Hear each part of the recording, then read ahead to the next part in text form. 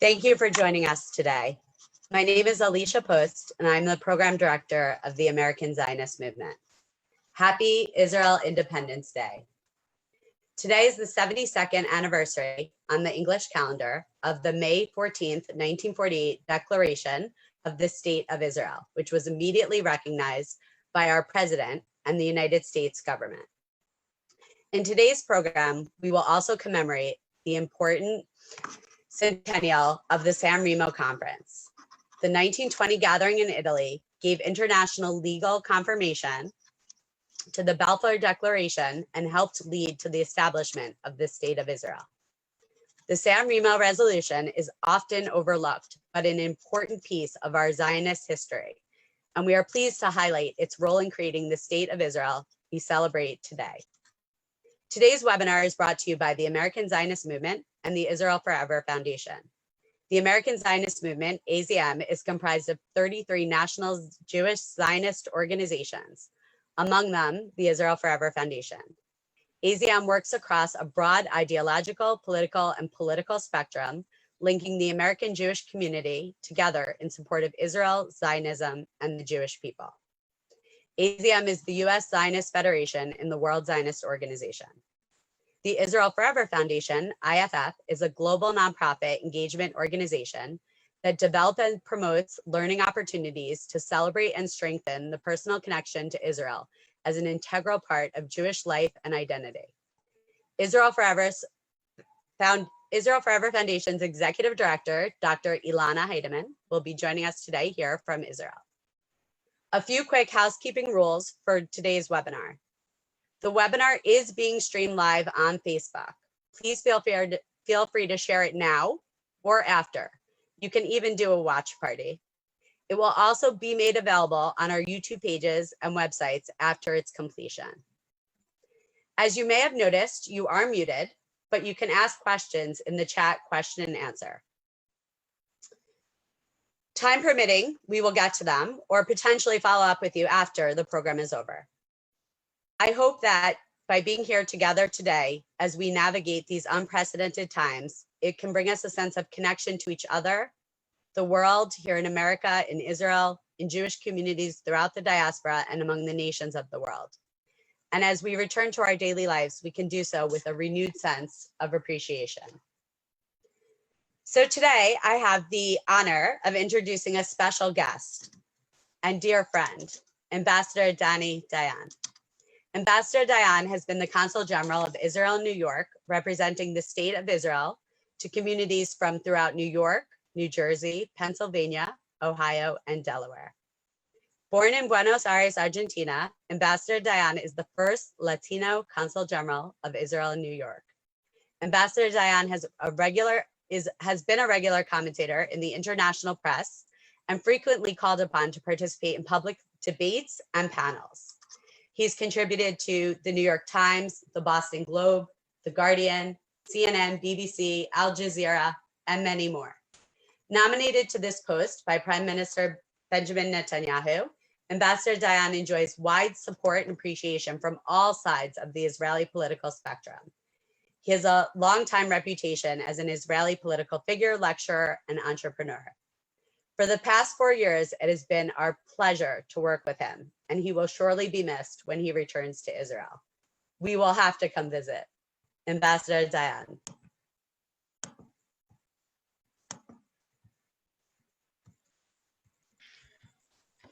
Thank you so much, Alicia. I'm good. Thank you so much. I think my most important claim to fame is to be a friend of Alicia Post of AZM, but all the other things are also right.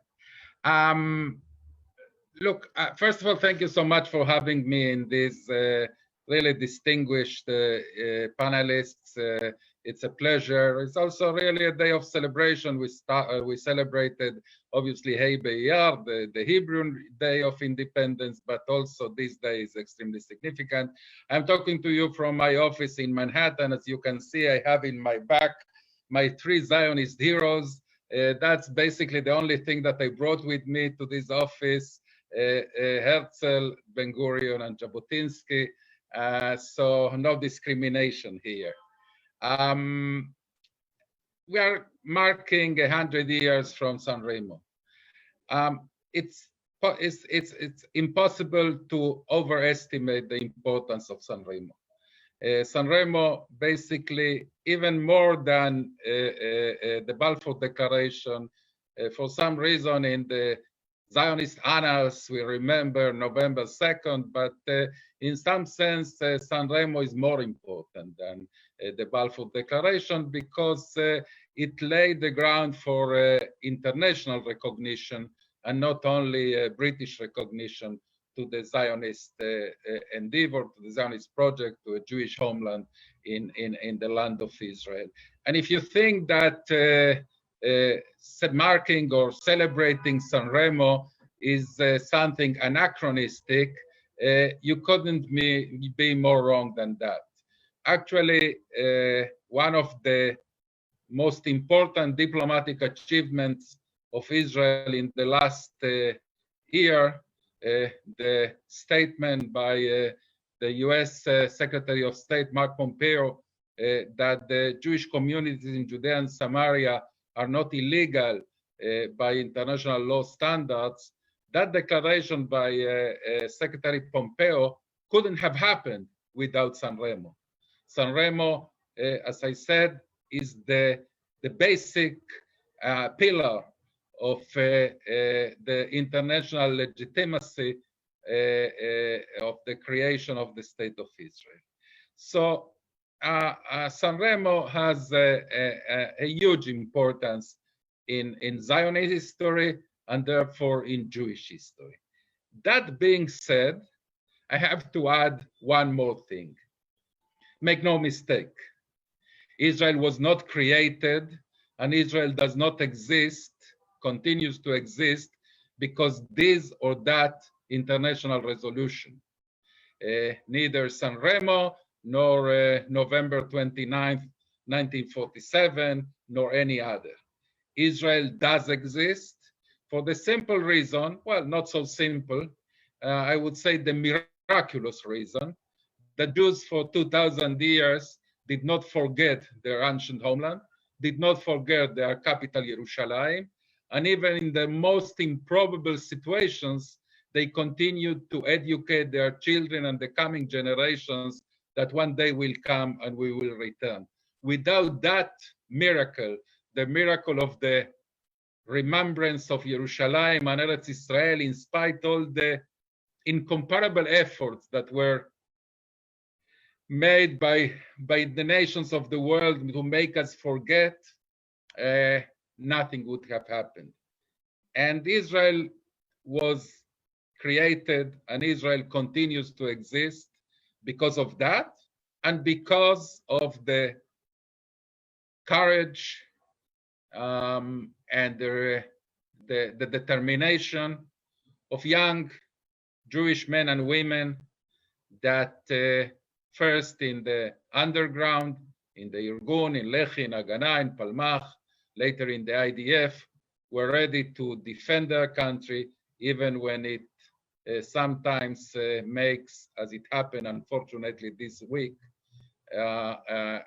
young Israelis have to pay the ultimate price in order to maintain Jewish sovereignty.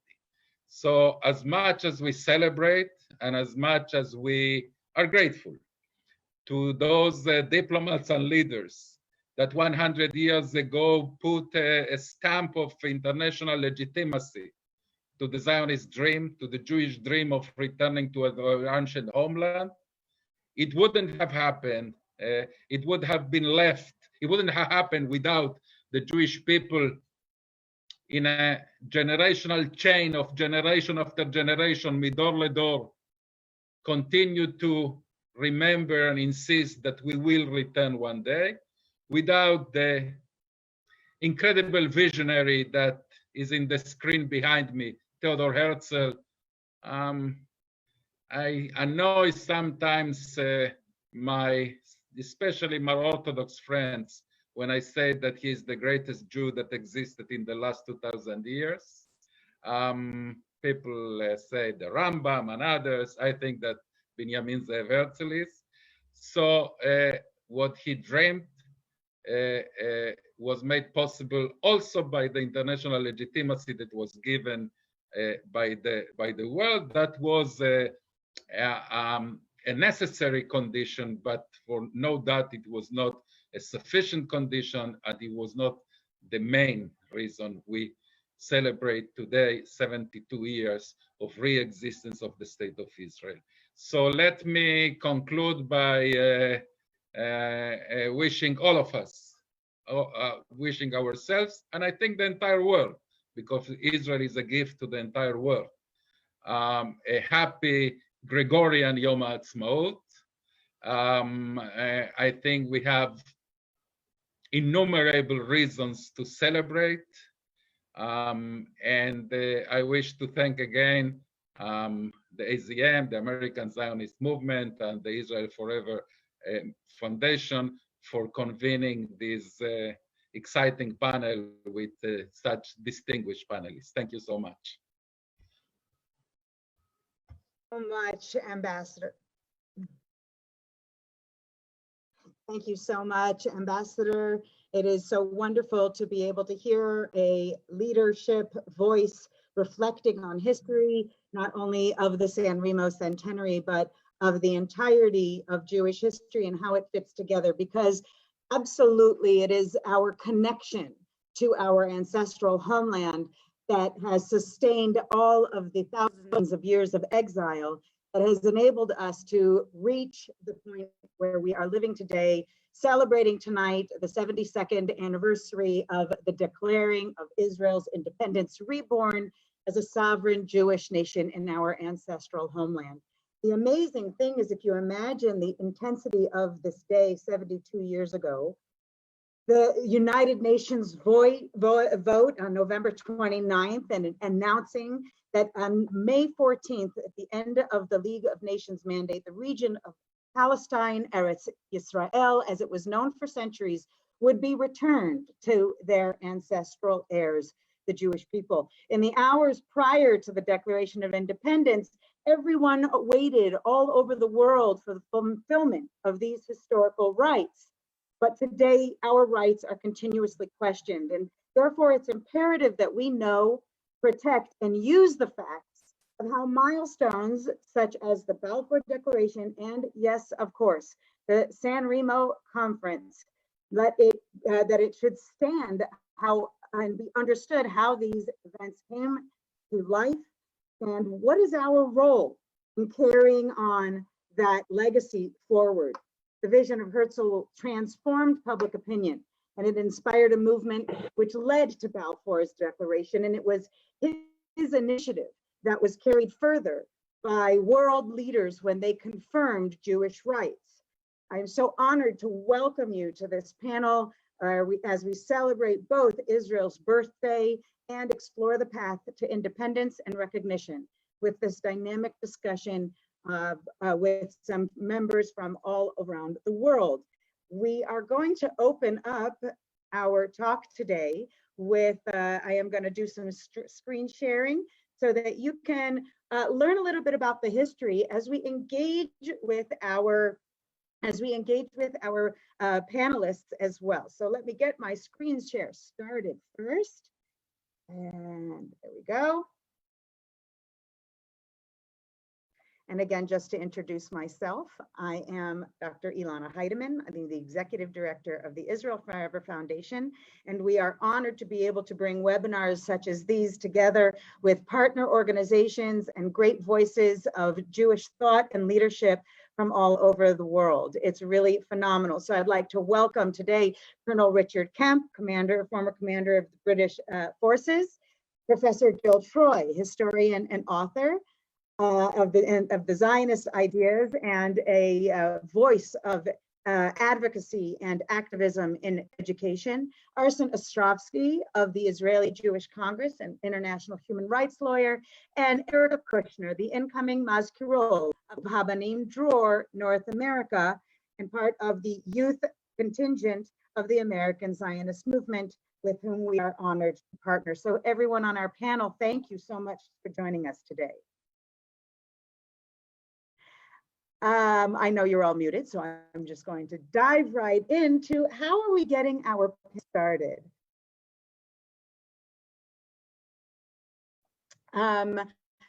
Today's discussion is looking at, oops, my slideshow, is the screen share working, everyone? Let's see, there we go.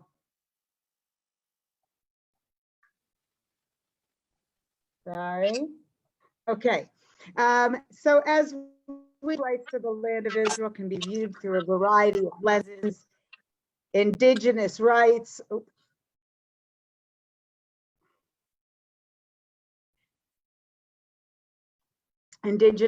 historical biblical rights, and our legal rights. As we know, the San Remo Conference and the resolutions decided upon there were known as Israel's Magna Carta. Sorry, I will do this full screen there for you. Always having technical problems, right? But we get to enjoy the opportunity of being somewhat social, albeit virtual, as we encounter our way in history. It was at San Remo, as the history has already been recounted, and I'm sure others on our panel are going to share some of the facts with us, that from world powers to Arab states, newly created also at the San Remo Convention, that they were following the initiative. One of the questions we have, Balfour, one of the questions we want to ask for our panelists, as we allow them each to share some of their personal perspectives on what is the relevance of San Remo in the defense of Zionism, where increasingly our connection to our ancestral homeland is questioned and denied, and in the fight for Jewish rights. Why does San Remo matter when in the years afterwards it resulted in increased political embattlement? How can we avoid solely approaching San Remo as if it is only relevant through a political lens? What is its relevance in regard to the debates taking place around the world today?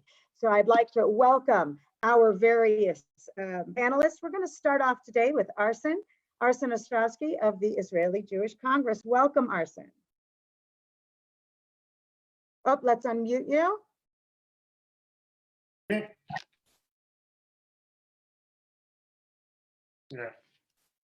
All right. So first of all, Elana, thank you so much for organizing this incredible panel, and for everything that you do with the Israel Forever Foundation does and that AZM do. I think this is an incredibly timely panel. It's certainly a bit daunting, I must say, to be speaking after Ambassador Dayan, who's really done a tremendous job in New York. And as much as you guys might be sad to see him go, we're certainly very happy to welcome him back home in Israel. And of course, all the distinguished panelists, many of whom are also colleagues and people certainly I look up to, admire myself.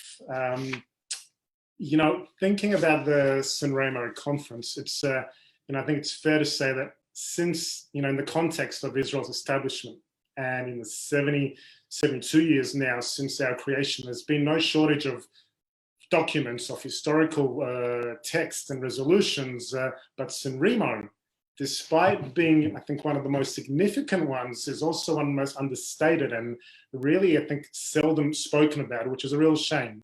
Because today we're seeing around us in America and Europe, we're seeing the very legitimacy of the Jewish state and our connection to this land being questioned.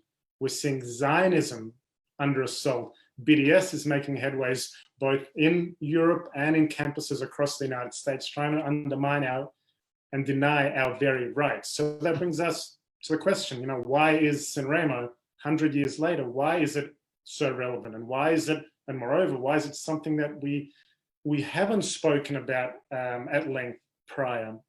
And, at essence, when you get down to the core of it, in short, San Remo resolution is so important to our history and to our rights, precisely because for the very first time, it turned our historic rights to this land into unequivocal legal rights.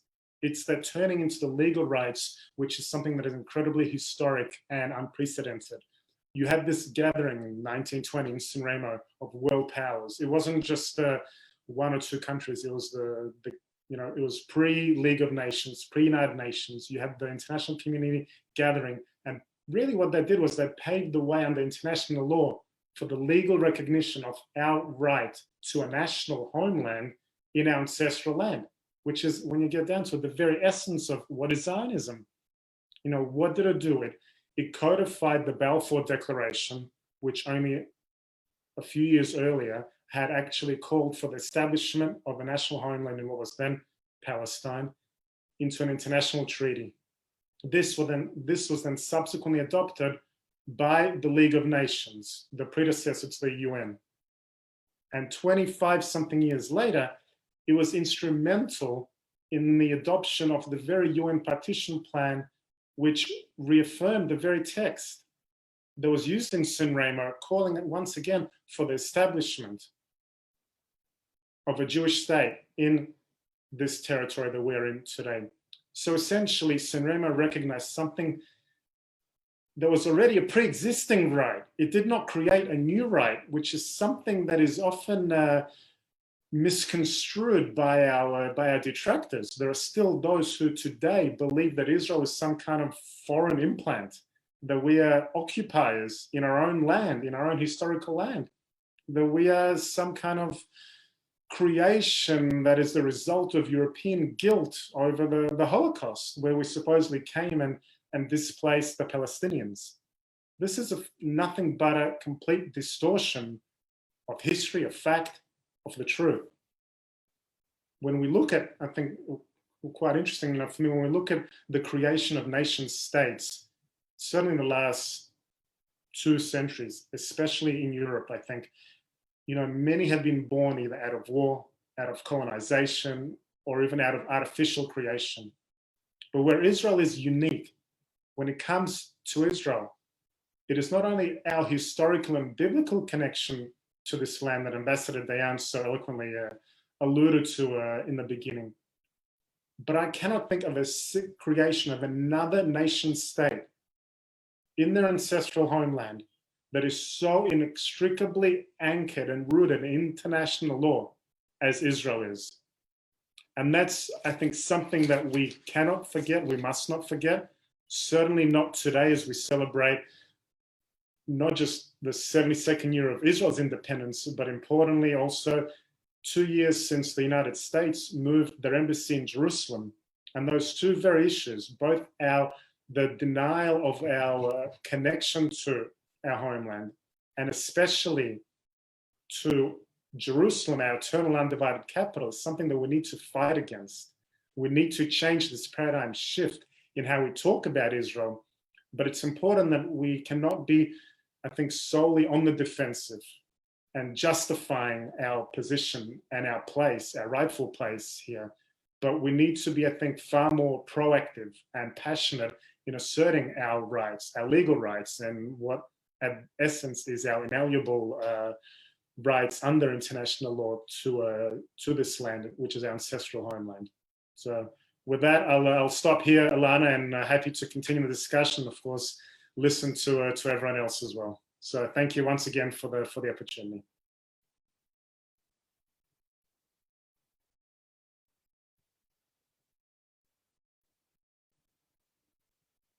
Hi, my name is Erica Kushner. I'm an incoming Mazkirol or leader of Habonim Dror North America. And I'm here as a youth voice. I'm honored to be joined by these other panelists. It was a little bit of a surprise, if I'm being honest, and an honor, I think, really, to be someone who is so young and getting to speak with all these other obviously well-educated, influential people. So thank you for organizing this and inviting me to join. What I've been thinking about in context of San Remo is how the people were already on the ground when this recognition came about. The Battle of Tel Hai was that same year when the early Chalutzim, the pioneers, were fighting to maintain a land in a place that they viewed as home. That is their home and still is our home today. And something that I think is really important to think about is how these people were on the ground. They were farming the land, they were agriculturists, they were building homes in towns. It wasn't just that international recognition or a declaration of the Balfour Declaration said that we could be there. People were already there. The Jewish people have been there for years and years and years. And it's not like we just left and then came back all of a sudden after World War II. We were there. We were on the ground, developing the land, really laying claim to the land of Israel as our ancestral homeland. And I think that's something that's often overlooked. As the formal panelist was just saying, it's not because of World War II or the Holocaust that we just all of a sudden got Israel. Israel has always been a part of Jewish history and Jewish memory.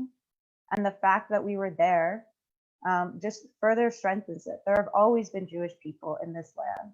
And I think it is so incredibly influential to realize that not only have Jewish people have an ancestral connection to it, but we've also taken ownership over this land. And we continue to today. In my opinion, Zionism is an ongoing dream. And it's something that means more than just having a state of Israel. It's having a state that is just, that is democratic, that is Jewish, that can be a home for all sorts of Jews, whether they are really religious or really secular, whether they believe any sort of Judaism, whatever they practice, Israel is the home for all of the Jewish people. And people still are today on the ground in Israel, in lots of different youth movements, in lots of different ways, in the political spheres, in the social spheres, really making sure that this dream of Zionism continues to happen. And international recognition is always great and provides a really good historical and legal context for us.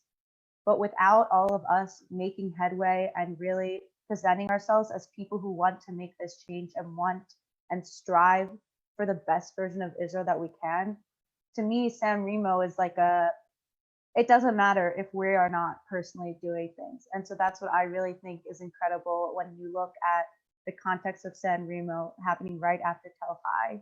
And people are still, we are still the Chalutzim, trying to make our version of the best Israel possible. Thank you.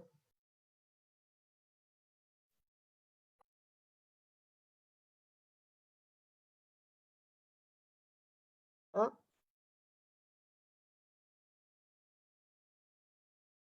Thank you so much for your comments. I think it's incredible to have that personal young perspective when we struggle so much to examine what is its relevance. And I think this is a demonstration of being able to understand how there is something to that being on the ground, and that it was already in motion, that there is a sense of belonging between generations. And hopefully that is something that we might be able to continue to see happen, and part of the goal of our discussion today. So thank you very much for your comments. So Colonel Kemp, we would love to hear from your perspective as a longtime advocate for Israel in so many realms, and with such a wealth of knowledge. I think that it'll be interesting to hear from you. We were together for the Balfour Centenary 3 years ago and had a dynamic discussion on Capitol Hill, being able to understand what is its relevance, the relevance of Balfour's initiative. And here we are really commemorating when that 67-word letter became formalized in international law. I'd love to welcome you again, and thank you for joining us. Oh, you're muted. Let's unmute you.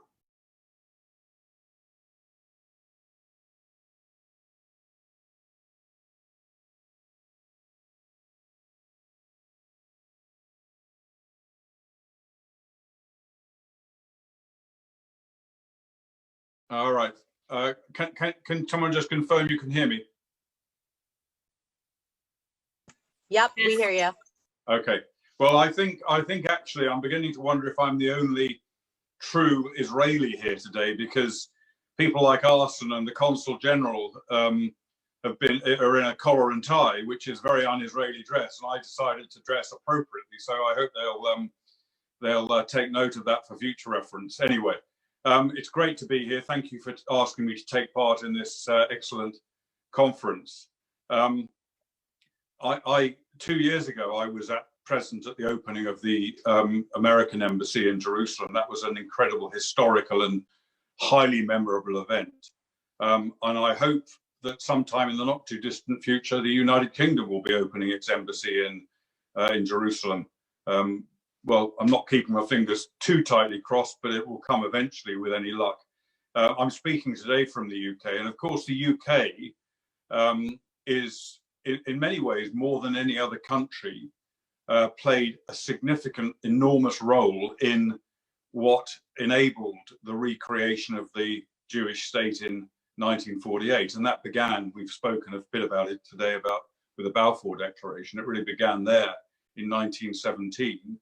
A declaration that wasn't just a unilateral British statement of intent. It had the agreement and the consent of all of the major allied governments around the world, including the United States of America and France and Japan and various others, all the ones that we weren't actually fighting at the time, fighting against at the time.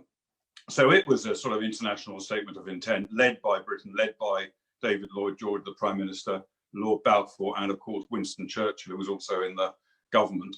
And that was the first, I think, of three major events that Britain was closely involved in, which led eventually to the creation of the State of Israel, or recreation of the State of Israel. The second one was the military campaign in Palestine, which was led by General Allenby, comprised mainly of British forces, but also some other forces from the empire, including Australian and New Zealand and other forces, which basically eradicated the Ottoman Empire from that land, kicked them out.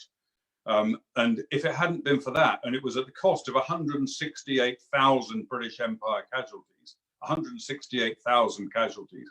If it hadn't been for that campaign, there's no reason to believe that the State of Israel could exist today, because why would the Turks, the Ottomans, not have hung on to it? So that was another extremely significant event. And the third, of course, was what we're here to discuss today, which is the San Remo Declaration and its subsequent inclusion in the mandate documents for the former occupied territories in the Middle East of the League of Nations, and indeed its subsequent incorporation into the Charter of the United Nations. So that original thought with Balfour going through to San Remo, and then the creation of the Charter of the United Nations itself, provides the legal justification, if one was needed, for the existence of the State of Israel today. And as other speakers have said, and I agree with them wholeheartedly, that the State of Israel does not exist because there's some kind of legal document or legal pedigree for its existence. It exists because of the Jews whose land is the land of Palestine, the land of Israel today, who established it, who created it, who fought for it, and who are defending it today, even as we see assaults on the Jewish state from terrorists throughout that land, or in various different parts of that land. So it is not dependent on a legal document, but that legal document is extremely important nevertheless, because there are people, and all of us involved in this discussion are also involved in countering those people who attempt to undermine the legitimacy of the Jewish state. And they do it often quoting the law, quoting various UN resolutions, or normally incorrectly quoting them, giving them a degree of authority they don't actually have. But nevertheless, there is that justification, there is that assault on Israel's legitimacy, which we have to defend against. And the San Remo Declaration gives us the most strong possible defense against a legal assault on the legitimacy of the State of Israel. And that is because it is a binding international law, which was, as I mentioned, incorporated into the Charter of the United Nations and still exists today. And it cannot legitimately, in my view, be questioned. And I think that just leads me on to the final point I want to make, which is the immense criticism that is going on today about the intention by the State of Israel to exercise sovereignty in certain areas of the West Bank, or Jordan, Judea and Samaria, and the Jordan Valley. And you know, indeed in Britain, a number of MPs have signed a letter to the Prime Minister asking him to resist this move by Israel, which of course, we've got Secretary Pompeo in Israel today and is supported by the United States. And indeed, I understand that in Parliament tomorrow, in the British Parliament, there is a debate about this whole planned move by Israel to exercise sovereignty in these areas.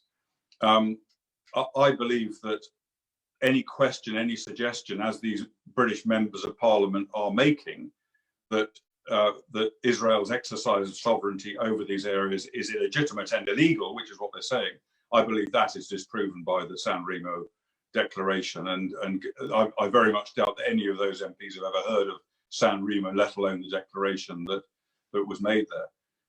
But it is an important defence in support of what I consider to be an extremely important move by, if Israel makes it indeed, if Israel does decide to exercise sovereignty, I think that's an extremely important thing. Why? Because decades and decades of peace processing have let us know where they've betrayed the Palestinian people.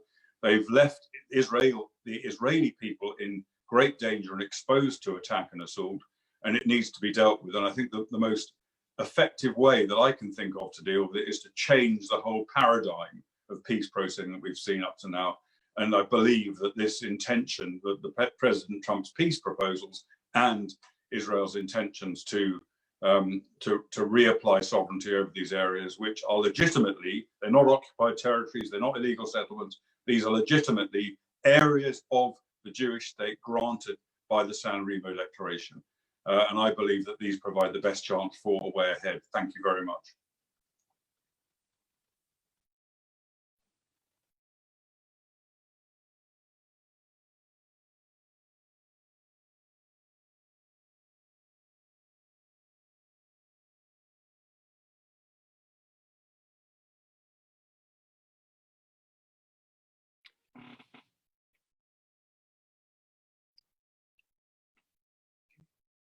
I'm listening to the passion and eloquence of these speakers. I'm looking at this amazing slideshow. Thank you, Dr. Heideman, for putting it together. I'm so thrilled and excited by this historic occasion and to be a part of this. And at the end of this half hour or so, I'm depressed. I'm depressed because all these facts, all this history, and I'm a historian, doesn't help us. I'm depressed because all these facts, all this history is consistently ignored by the international community. I'm depressed because all this history, all these facts don't make a dent in an international criminal court, an ICC, which is about to represent and legitimize a state that doesn't, and negate Jewish rights that do. And we're living in a world where just 2 days ago, a young, idealistic 21-year-old soldier on patrol in the West Bank is murdered by a Palestinian throwing rocks. And the New York Times reports it as a 21-year-old Israeli soldier was killed when he was struck in the head by a heavy rock as his unit was completing a nighttime arrest mission. What was it, raining rocks? We have so, in the international community, in the media, gotten such a distorted picture of the story that we can sit here on our phone call and whip ourselves into a Zionist frenzy and whip ourselves into a historical frenzy. But unfortunately, it's not going to help. But that's not what really makes me depressed. What really makes me depressed is, I think, beyond the 224 participants on this phone call, there aren't another 224 Jews who know what San Remo is. And before we even start taking the argument outside, before we even start having a conversation in which we say to Palestinians and to Palestinian supporters, you want peace? Okay, you can only have peace if you respect our legitimacy and we respect your legitimacy. We can only have peace if, as Yossi Klein Halevi points out, we're talking about the 1967 file and not the 1948 file. But when you deny our rights, when you deny our basic facts, our basic history, our basic ties, you're negating our very right to exist. How am I going to ever negotiate with you? How am I ever going to compromise with you? But we can't even, when we talk within the Jewish community now, if you're pro-settlement, you buy it all. Although you don't know San Remo either. But if you're anti-settlement, you're not actually able to say, you know what? I acknowledge that we have historic right to this land, But my love of peace is so great that despite San Remo, I will nevertheless give it up. That's the true peace lover. Not someone who says, oh, we stole this land, we don't belong here. But someone who says, yes, as Erica pointed out so beautifully, we were building the land, we were a part of the land. Yes, as both the ambassador and the colonel said, we don't get these rights purely out of goodwill, but we've earned them and they're part of us. But I nevertheless might make a decision to withdraw from some territory. So the failure, the big failure, is our inability within the Jewish community, even within the Zionist world, to teach the basic facts. And so I hope that this conversation and that this very special, holy, sacred, inspiring day is the start. And I'll pick up another phrase that Erica said about chalutziyut. Chalutziyut, pioneering, isn't just draining swamps, and it isn't just building a startup nation, and it isn't just making a model democracy. It's also for those of us who live in Israel and those of us who live outside, learning, understanding, and using education as a tool, not necessarily to defeat the other side, and not necessarily to push one side or another. I really need my left-wing friends to acknowledge our rights and still say they want to compromise. And I need my right-wing friends to say, I'm not going to use those rights as a battering ram. I'm going to make the argument for peace, for justice, for holding territories on other realms while acknowledging our basic rights. Our rights must stop being a political football. And it has to stop, it has to start within the Jewish community, and then it has to go beyond. I have faith, I have hope, I have confidence that within the Jewish community we can succeed. I have much less faith, much less hope, much less confidence that we're going to get that win, that big win we deserve in the International Criminal Court, in the United Nations, in the media. But as so many of the speakers have said, we don't need it, because the Zionist story is not being, as Jabotinsky said, Oliver saying, please sir, I want some more. But it's what Herzl did, what Ben Gurion did, what Jabotinsky did, what all our great leaders, Golda Meir, Henrietta Zoll did, is seize the moment, take leadership, and make sure that we have a Zionist revolution, which is not only building up the new Jew, not only building up a Jewish state, but also creating a model democracy for all. Thank you. Wow, thank you everybody for incredible, diverse perspectives on the relevance of this historical date. And what's interesting is, yeah, you're right, Professor Troy, this is absolutely true. Even the academics and the lawyers and the professionals don't know about San Remo and don't care. And then you have this other camp, so to speak, who says, who cares? We don't need the declarations. The problem is without the declarations of international support, we cannot continue to affirm those rights in international law and to use these types of pieces of information in a common way to be able to defend Jewish rights. And yes, I think it has to stay focused on Jewish rights here.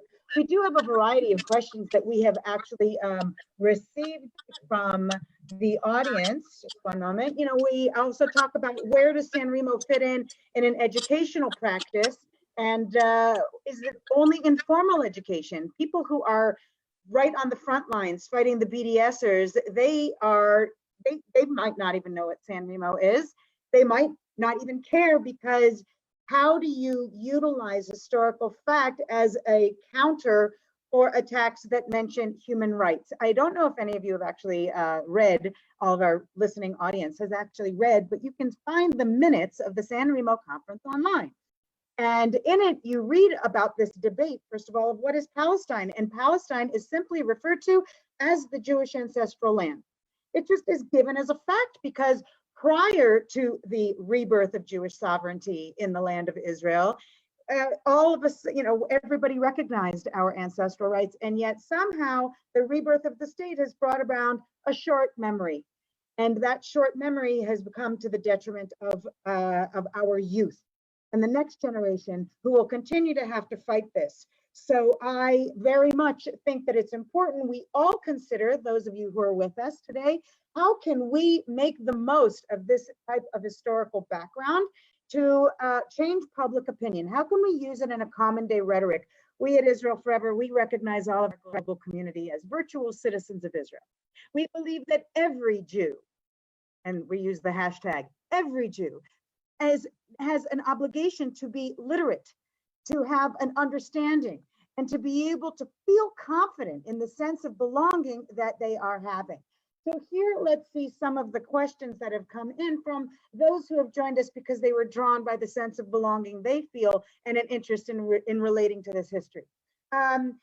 Just relating by this was the United Kingdom breaking international law with the issuance of the infamous white paper in the aftermath of San Remo? It's an interesting question, I think, Colonel Kemp. That might be for you. Do you believe that the United Kingdom was breaking international law with the issuance of the infamous white paper? And did the world rise up in arms in response to that infamous act? I think it's great to hear from Colonel Kemp and also from Arsen to hear your perspective on that legal pact, please. Yeah, I believe that Britain did break international law in not only in that white paper, but in pretty much all of its actions following the allocation of the mandate to the UK to re-establish a Jewish national homeland in the land of Palestine. And let's not forget the consequence of that, with Britain reduced and almost reduced to a trickle the permitted immigration of Jewish people from around the world, and in particular from Europe, into the land. And that was at a time when many Jewish people were doing their best to escape from the Third Reich, and many hundreds of thousands probably could have saved their lives if they'd been allowed to enter Palestine, which the law required, the international law required, that they be able to do so. And the reason Britain did prevent this, and Britain is extremely culpable for this action, and Britain is guilty, and it actually makes me deeply ashamed as a Brit to know this is what happened in my country all those years ago.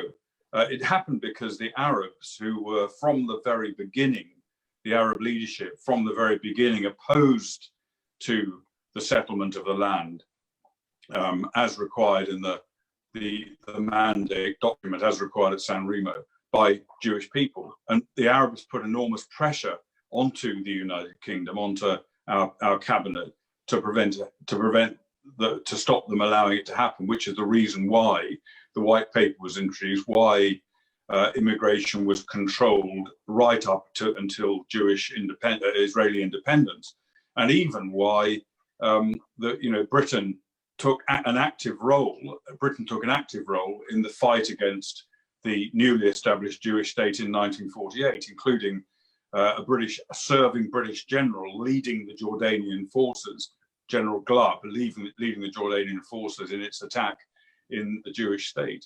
So yes, I think Britain has a terrible past as far as concerned. Britain played a major role in bringing Israel into being, the Jewish state into being, allowing it to re-establish itself, but also played a very, very bad role following the allocation of the mandate.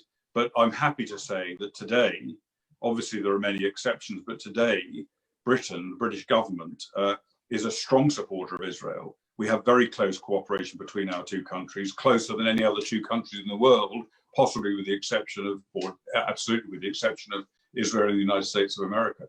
But we are friendly countries, we are close countries, and it's why it angers me to see this criticism taking place now of the proposals by Israel to reassert sovereignty in Judea and Samaria. On criticism is fine, but criticism on a basis that people just don't understand what they're saying, and the politicians that are pushing this do not understand what they're saying. And as I mentioned before, they never even heard of San Remo.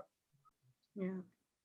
First, we have to decide also if San Remo needs to become a part of the discussion. And I personally am an advocate for trying to ensure those dates become specified, that they are able to, be pulled off people's heads, so that it's automatic, that the international legitimacy can't be questioned, because fact is remembered, as opposed to this short memory that has happened with all of the revisionist history that has come about. I just have to add, Colonel Kemp, you have actually a comment in our question, our Q&A, asking when England, if England moves its embassy to Jerusalem, are you going to accept the position of ambassador to Israel? I would be delighted I knew you'd love that one. I would be delighted to do so, or I might become Israel's ambassador to the UK. We'll see what looks best. Well, we'll take it either way. I think it's fantastic. Arsen, did you want to add on the legality issue? I think more in terms of not whether it was illegal then, but why is it relevant now? So when it comes to British history on this topic, I don't have much more to add than our foremost learned expert, the great Colonel Richard Kemp, who I should say would make a fantastic ambassador, whether it's irrespective of which country, he'd make a fantastic ambassador. And His Excellency has a nice ring to it, I think.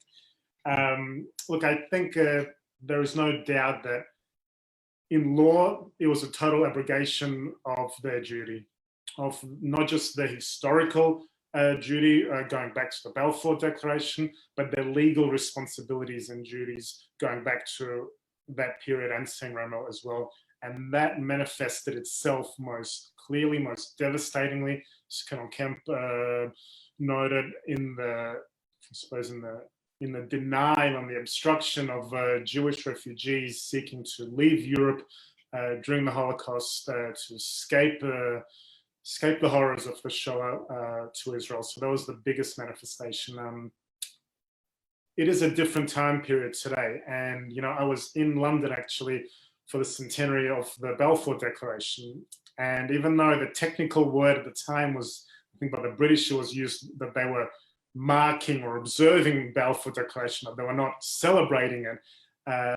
It was a sense of, I think, celebration. You saw Theresa May there, you saw Prime Minister Netanyahu and the Israeli delegation. There was a sense of celebration, if not technically by word, certainly I think in spirit.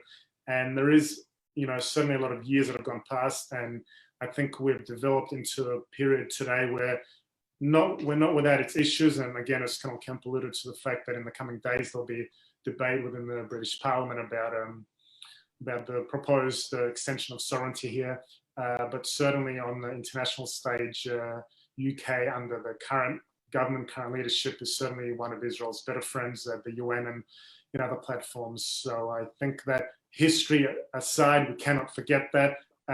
Things certainly have developed since then, and it's a different kind of relationship, and certainly something I think much more forward-looking. And that's great. It's true. And I think that also it's not just forward looking, but it also forces us to say, what do we learn from that? If countries are so quick and easy to negate their own decisions, how can we today take greater action?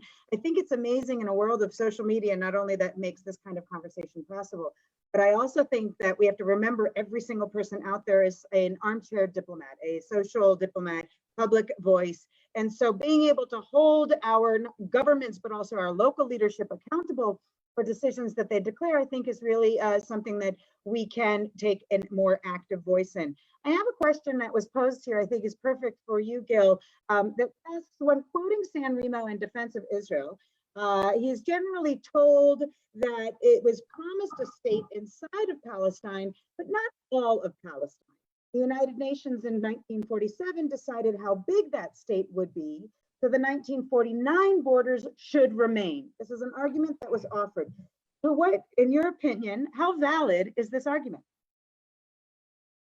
I think we have to distinguish. I think we have to distinguish between two things. One, a question of core rights and legitimacy, and borders. Again, I go back to Yosef Klein Levy's 48 verse 67 file. Anyone who speaks to me about the borders of Palestine, from the right or from the left, Arab or Jew, is either a fool or a fanatic. Because we know that the borders of Israel, the borders of Palestine, shifted at least 6 times in the 20th century, let alone dozens of times. We're talking about the borders from King David's time, or from the Maccabean time, or from King Solomon's time, or from 1920. So yes, the important thing about San Remo isn't the map that was drawn, but the rights that were legitimized and that were recognized, that are inherent in the Jewish people's ties to the land. And let's point out that between San Remo, Balfour and the UN Declaration on November 29th, 1947, the Jewish people had many more formal embraces of their rights than, let's say, I'm an American historian, the United States of America. When were American rights kind of voted in by an international community? So we use the San Remo Declaration to acknowledge our rights. And then I say, yes, look, I acknowledge the fact that there are two peoples in love with the same land. And of course, I'm talking about the natives and the New Yorkers, because the New Yorkers spent $24 to buy Manhattan. History is messy. So the challenge is to lean into the messiness of history, use that as an opportunity to compromise, but not use it as an opportunity to negate. And so, yeah, in 47, they drew one set of borders, in 49, another set of borders, 67, another set of borders. And our challenge is for us as Israelis to be as creative and as bold in diplomacy as we are in fighting Corona and in creating high tech, and then we'll have a solution.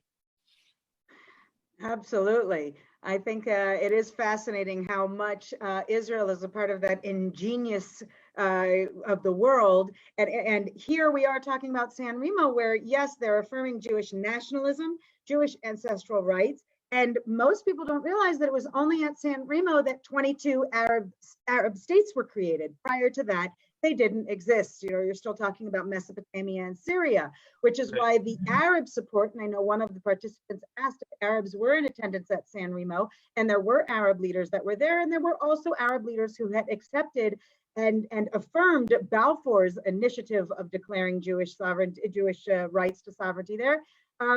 You know, even Emir Faisal and others that we have shown in our educational slideshow. By the way, we're happy to provide that for anybody who might be interested. Erica, I would like to ask you a question that was posed here. I think is perfect to hear the perspective of the youth. Is it right to assign blame to American, I would have to say all Jewish educators, but it's written American Jewish educators, for not talking or teaching about San Remo in the Jewish community? I'm going to actually add to the question, Erica, before you answer, and add, what about Jewish parents? What about Jewish community leaders? For me, formal education is all great, but you know, those of us who are loving this homeschooling stint, we get to teach our kids deeper things. How is it Jewish parents, Jewish community leaders, Jewish organizational leaders, all of whom probably also won't know what San Remo is, and tell us, you know, did you know much about San Remo before you got invited today? So I did not know much about San Remo before I was invited to this. I knew more about the Battle of Tel Hai, if we're being really honest. And I knew the Balfour Declaration and the white paper. But I would say, I think blame is the wrong word in this situation, because if someone doesn't know about something, it's not their fault for not teaching it. It's something that I really deeply believe in. And when we think about history, oftentimes, like when I was in school, when you learn about history, it's always written by the victors. So who writes the history and who has a say in what we then teach and pass on is often not the minority groups. It is not the oppressed groups. It is not the groups who have fought so hard to have their peoplehood recognized or even just respected. So the fact that people don't know about San Remo, I think, is really a lack of knowledge in the general public and the general Jewish communities. And the people who do know about it are such a small group that when trying to get information out, it just can't reach everyone. And I think that's one of the hardest things, especially as someone who's part of a Jewish youth movement. And I mean, this summer we're not running overnight camp because of Corona, unfortunately, but every summer when we run things, we bring informal education to all of our campers who come, and we talk about so many different facets of Jewish life that sometimes they know and sometimes they don't.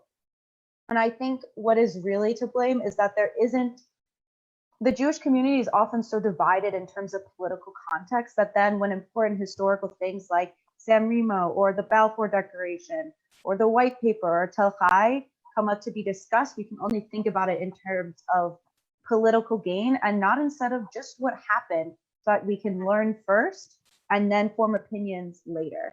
And I think that's one of the really big things that we strive to do in Habonim Dror, is making sure people have a basis of education so that they can start from somewhere.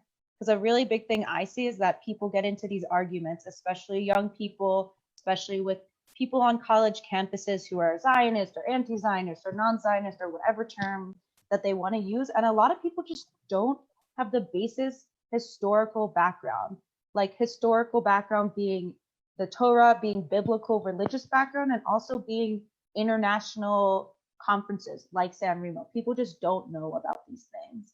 So I don't know if it's a blame. I think it's just the history and the information is buried. And it's things like this that really try and bring it out, and things like deciding what is important for us to know. And that's definitely something that we try and bring up in my youth movement, is that when we educate, we really try and go for a more well-rounded view of lots of different things in Jewish history. So that way these kids know this, and it's not something that's being hidden or kept for them.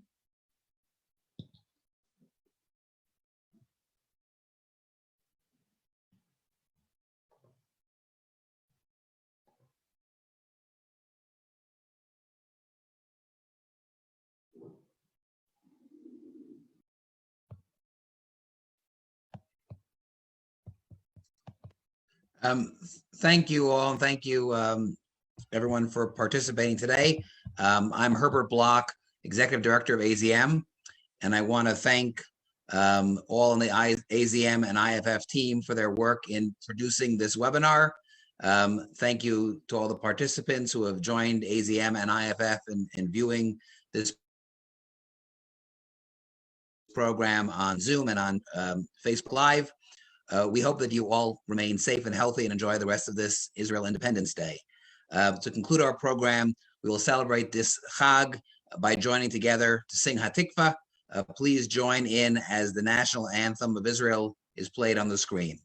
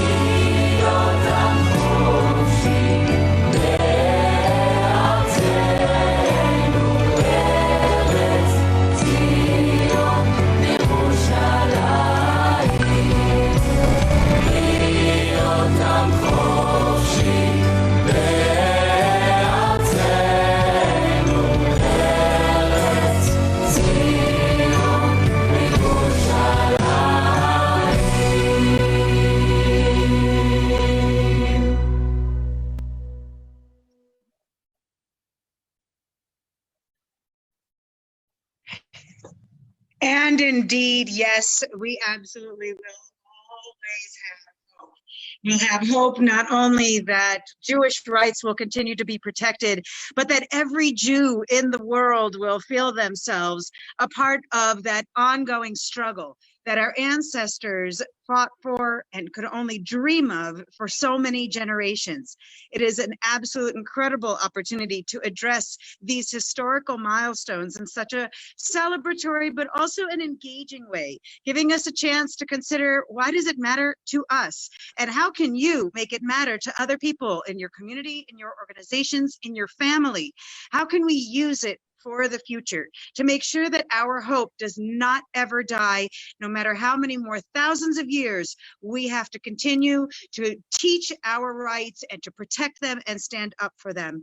So as some of you asked wonderful questions in the Q&A, we're going to try and respond to anyone. You're welcome to reach out to me or to other members of our panel. You can find us at israelforever.org. And if you would like the slideshow, I saw a couple of requests for that. We have a wide range of educational resources that can help you become acquainted with San Remo and also apply it in a unique and meaningful way. You could even do artwork about Balfour. There are just so many ways that we can feel a sense of belonging. So 72 years ago tonight, the celebration that took place as Ben-Gurion made his declaration reminds us that the declarations by leaders all over the world are just as important as our own declaration of commitment, that in spite of whatever political differences we might have, whatever different way we practice or identify, and wherever we live in the world, Am Yisrael Chai, and it is our obligation to understand what it means to be a part of Israel forever. Thank you again for joining us, and we look forward to seeing you on our next webinar. Thank you to the American Zionist Movement and to all of you, our participants, and especially our panelists. Leitraot v'Chag Sameach.